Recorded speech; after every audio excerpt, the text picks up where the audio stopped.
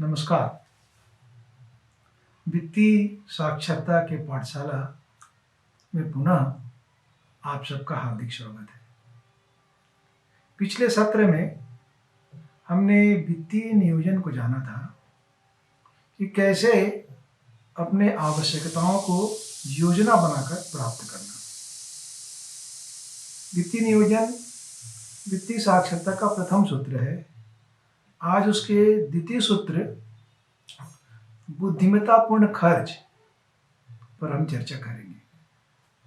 तो चलिए फिर पहुंच जाते हैं हम हमारी कहानी के गांव रामपुर की ओर।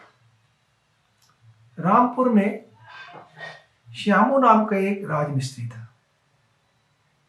राजमिस्त्री में आप समझ गए होंगे, राजमिस्त्री माने मकान बनाने वाला जो कारीगर होता है उसको राजमिस्त्री कहते हैं।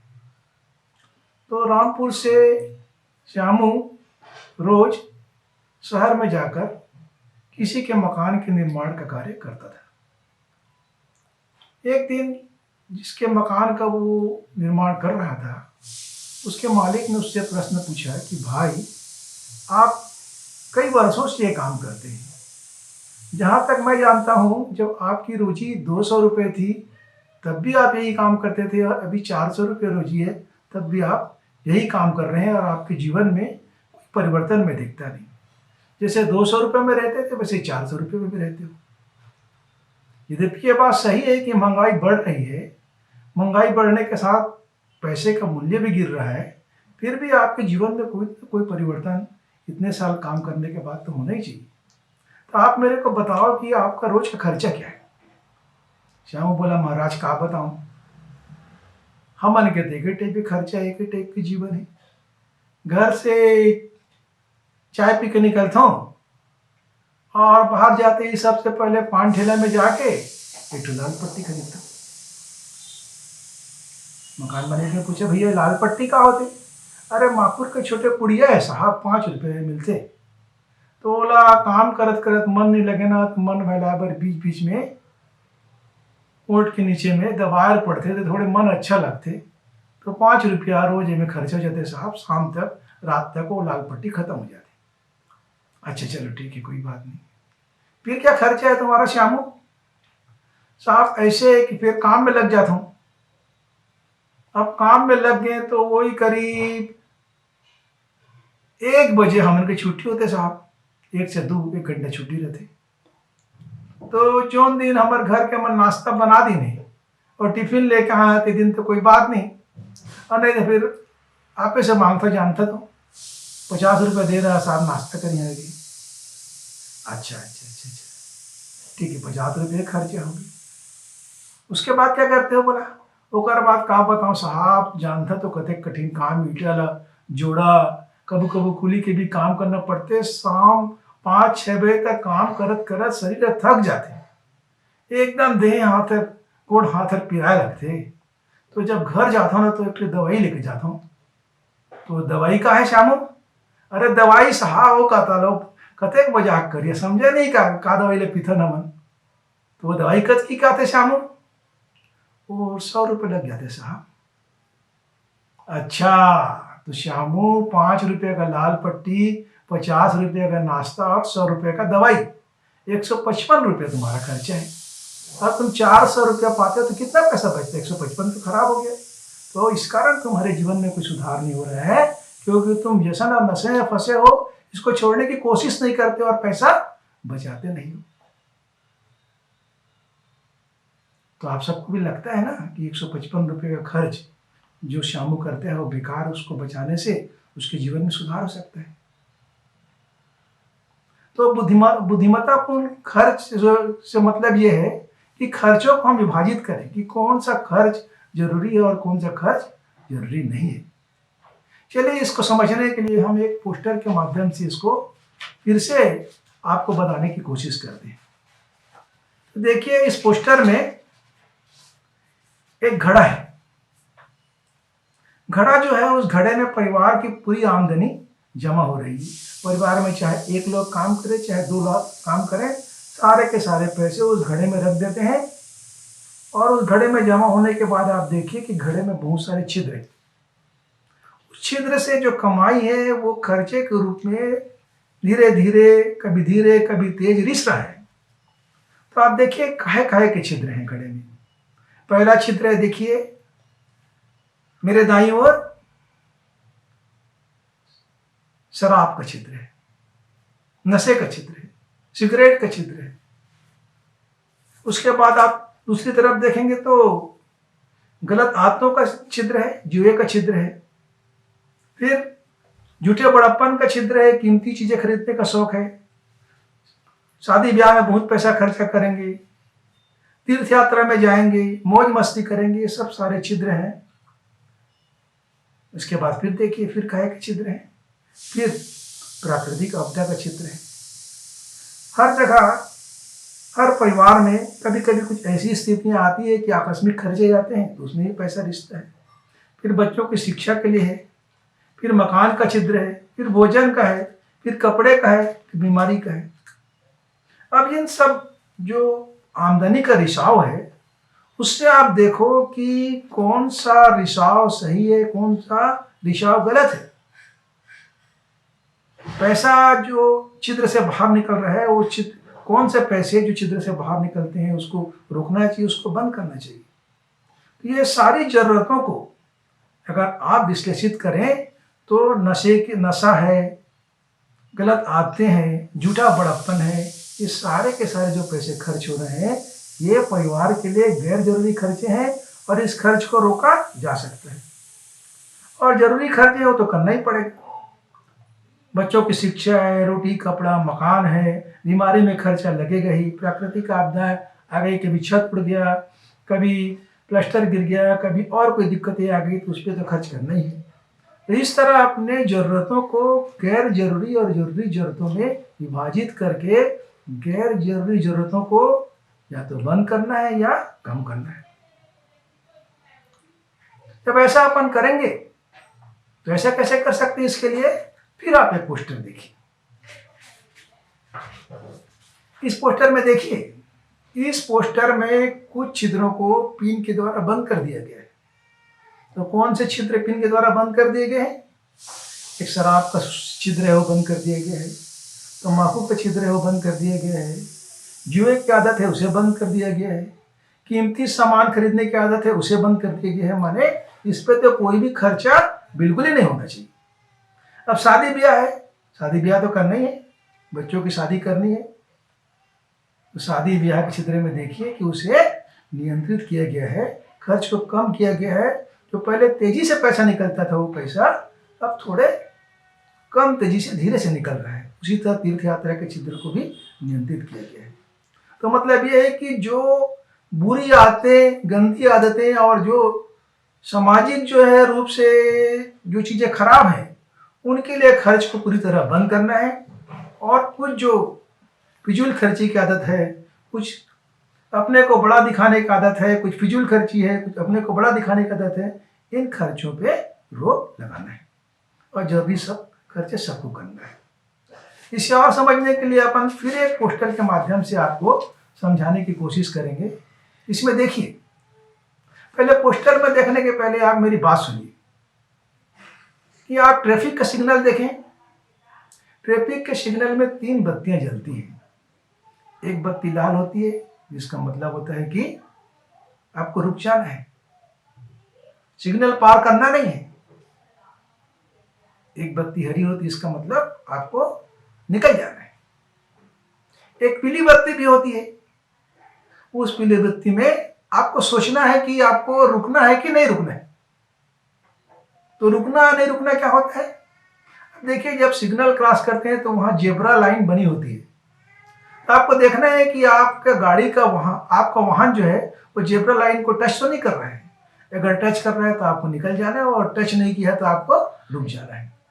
मतलब यहाँ पर आपको सोच समझ के निर्णय लेना है कि मैं ट्रैफिक सिग्नल को पार करूं कि नहीं पार करूं। उसी तरह अपने खर्चों को भी देखिए।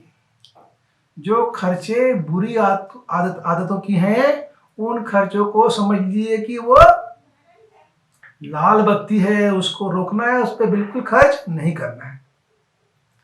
और जो जरूरत की चीजें हैं वो ट्रैफिक की हरी बत्तियां हैं, माने निकलना है और खर्च करना है, उसमें कोई बात नहीं है। शिक्षा है, बच्चे को अच्छे से पढ़ाना ही है, मकान है, अच्छे मकान में रहना ही है, भोजन है, अच्छा पौष्टिक भोजन खाना ही है। और जो पीली पत्ती वाला लाइन है वो है चाहते, जिसमें तीर्थ यात्रा है, कीमती चीज़ों की खरीदारी है और त्यौहार मनाना है। तो इन पे अपने को नियंत्रण करना है।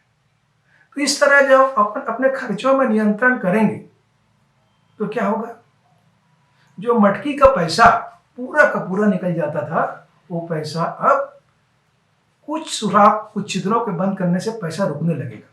और रुकने लगेगा तो फिर वो परिवार का बचत होगा। और जब परिवार का बचत होगा तो परिवार खुशहाल होगा। आप जानते हैं, जिस परिवार में बचत है, आज के इस समाज में पैसा ही जिंदगी की गारंटी है। आपके पास पैसा है तो आपका समाज में भी इज्जत है और आपको लोग पूछते भी हैं और आपकी सुरक्षा भी है। तो जब आपके पास बचत ज्यादा होगा तो आपकी सुरक्षा ज्यादा होगी। इसे फिर हम एक पोस्टर के माध्यम से समझते हैं।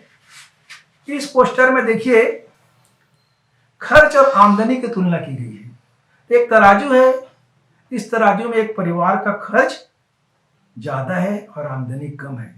तो देखिए वो परिवार कहाँ जा रहा है। वो परिवार अपने जरूरतों को पूरा करने के लिए उधारी लेने महाजन के पास जा रहा है। कि तत्काल तो वित्तीय संस्थाओं से आपको घर खर्च के लिए ऋण नहीं मिल सकता ना, आपको तो दूसरे उत्पादक कार्यों के लिए ऋण मिलेगा। तो खर्च अधिक होने के कारण, खर्चों में नियंत्रण नहीं रखने के कारण ये आदमी, ये परिवार महाजनी के चंगुल में फंस जाएगा और उससे कभी बाहर नहीं निकल पाएगा। दूसरे चित्र में देखिए, एक परिवार का आमदनी और खर्च दोनों बराबर है। तो महिला जो परिवार के मुखिया है वो विस्मित है कि मैं क्या करूं, क्या नहीं करूं। जितना पैसा था उतना पैसा पूरा खर्च हो जा रहा है, चिंतित है। अभी थोड़ा भी पलड़ा जो है इधर झुक गया तो क्या होगा। फिर महाजन के पास जाने का बड़ा चिंता का विषय है। और एक परिवार जिसमें कि आमदनी ज्यादा और खर्च कम है, मतलब बचत है, तो वो खुशहाली की ओर जा रहा है। कहाँ जा रहा है देखिए, वो परिवार के मुखिया और महिला महाजन के बजाय बैंक की ओर जा रही है, खुशहाली की ओर जा रही है। तो हम सबको इस तरह से अपने खर्चे को जरूरी और गैर जरूरी खर्चों में विभक्त करके गैर जरूरी खर्चों को बंद करना है, नियंत्रित करना है। जरूरी खर्चे की कोई बात नहीं, इस तरह से पैसा बचाना है और पैसा बचा के अपने जीवन को खुशहाल बनाना है। अब भाई सवाल यहाँ पर यह खड़ा होता है कि अभी जब आप खर्चा करने जाते हैं तो हर बार तो आप सोच नहीं सकते कि भाई ये पैसा खर्चा कर रहा हूं तो जरूरी है कि गैर जरूरी है। इसमें एक बड़ी अच्छी कहानी है कि एक गांव में एक धनवती नाम की महिला रहती थी। नाम तो धनवती है लेकिन धन बिल्कुल नहीं था। हमेशा तकलीफ में रहती थी, बार बार लोगों से उधारी मांगती थी। और उसी गांव में एक दुखमती नाम की महिला थी। नाम तो दुखमती था लेकिन बचत करती थी, तो उसके पास धन अधिक था। तो एक दिन धनवती की हालत देख दुखमती बोलती है कि धनवती तू अच्छा कमाती है रे, रोज तेरे को मजूरी मिल जाता है, फिर तू इतने तकलीफ में क्यों है। तो आपको जैसे मैं पहले बताया, तकलीफ का कारण वही है, खर्चों पे नियंत्रण नहीं है। तो उससे छुटकारा पाने का क्या तरीका है। तो उसको दुखमती अपने घर के अंदर ले जाती है और उसे चश्मा देती है और बोलती है कि जब भी तू पैसा खर्चा करेगी चश्मा को पहन लेना। जब चश्मा को पहनेगी तो चश्मे में तेरे को चीजें 3 तरह की दिखाई देंगी। कुछ चीजें लाल दिखाई देंगी, कुछ चीजों को देखने के चश्मे का रंग लाल रहेगा, कुछ के लिए पीला होगा और कुछ के लिए हरा रहेगा। तो जब तेरे को लाल दिखाएगा तो खर्चा मत करना, और पीला दिखाएगा तो सोचना खर्चा करूं कि नहीं करूं, और हरा दिखाएगा तो खर्चा कर देना। बड़ी खुश होती है और चश्मा को लेके आती है। और जैसे ही उसके घर से बाहर निकलती है, घर जाने के लिए एक ऑटो पकड़ने बोलती है। तो ऑटो पकड़ने के पहले दुखमती दीदी ने कहा है चश्मा लगा दो, चश्मा लगा दिखती है। तो चश्मा दिखती है तो ऑटो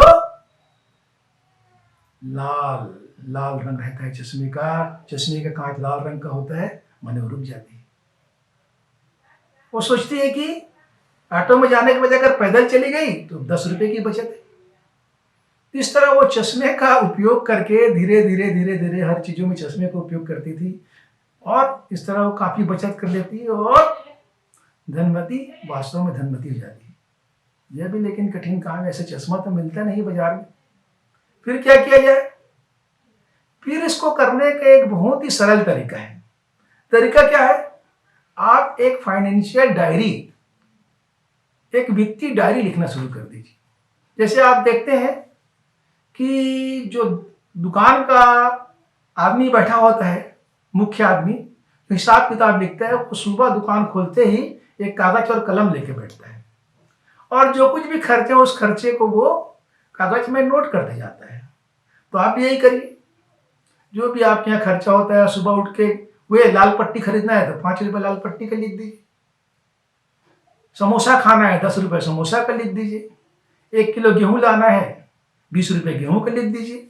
ऐसे घर के सारे खर्चे एक डायरी में लिखना शुरू कर दीजिए और शाम को बैलेंस कर लीजिए कि भाई इतना पैसा मेरे पास था, इतना पैसा मेरा खर्चा हो गया, इतना पैसा मेरा बच गया। इस प्रक्रिया को कम से कम आप 1 हफ्ता रोज लिखिए और जब 1 हफ्ता पूरा हो जाएगा तो अपने डायरी को पलट कर देखिए। तो पलट कर देखेंगे तो आपको पता लगेगा कि घर का पैसा कहाँ खर्चा हो रहा है। समोसा में खर्चा हो रहा है कि लाल पट्टी में खर्चा हो रहा है कि बच्चे के चॉकलेट में खर्चा हो रहा है कि मोबाइल रिचार्ज में खर्चा हो रहा है कि गाड़ी के पेट्रोल में खर्चा हो रहा है कि मेहमानों की आवभगत में खर्चा हो रहा है कि रोज रोज रोज रोज महंगा महंगा खाना खाने में खर्च हो रहा है कि अच्छा अच्छा कपड़ा खरीदने में खर्चा हो रहा है। आपको पूरा पता लग जाएगा। तो आपको पता लग गया कि आपके घर गृहस्थी का रहने का ढंग कैसा है, तो आपको उससे पता लग जाएगा कि कौन सा पैसा को रुकना है। अभी तुरंत आप खर्चा करने जाएंगे तो अपने वित्तीय डायरी से आपको जो अनुभव है वो खर्चा आपको रुक जाएगा। और जब आपके गैर जरूरी खर्चे रुक जाएंगे, कम हो जाएंगे, तो फिर आपके पास भी पैसा बच जाएगा और पैसा बच जाएगा तो आप भी खुशहाल हो जाएंगे। तो खर्चों की इसी विश्लेषण को बुद्धिमत्तापूर्ण खर्च कहते हैं। तो इस तरह वित्तीय साक्षरता के दूसरे सूत्र विद्युतापूर्ण खर्च के बारे में हमने चर्चा की। आज की क्लास हम यही समाप्त करते हैं। इससे फिर हम आगे और चर्चा में लाएंगे कि ये बचत है, उस बचत को क्या करना है, कैसे करना है और खुशहाली से ज़्यादा खुशहाली की ओर कैसे अग्रसर होना है। नमस्ते, जय ज्ञान।